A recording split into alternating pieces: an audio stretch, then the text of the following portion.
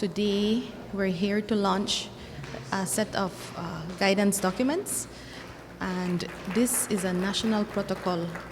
that will offer integrated protection to children and adolescents during emergency and disaster situations.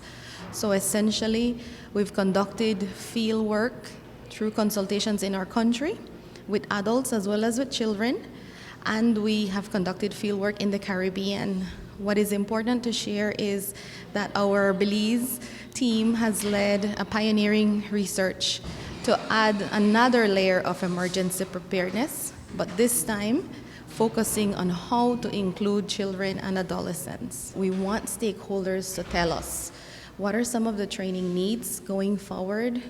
how can we disseminate this protocol,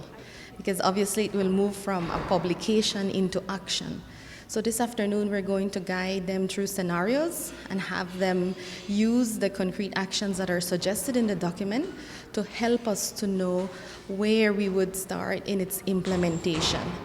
And this is perhaps a phase that will continue. There will be an evolution of the document, but what's important is that we start implementing and that we can grow in 1 year, in 2 years, or in 3 years, in how to better protect children and adolescents using many of the interventions, many of the policies and programs that already exist. So it's just now, how do we bring that ecosystem together? How do we synergize or tie these different mechanisms? UNICEF has supported this process because our partners, together with our partners, we recognize that there was a gap in our emergency preparedness and response processes in terms of consideration of children, and that meant that our response was not adequately catering for and building the capacity for us to cater to the needs of children. The protocol that is being launched today spells out specifically how we can improve integrated support to make sure that we are prepared to respond to the particular needs and threats to children in the face of disaster, but also how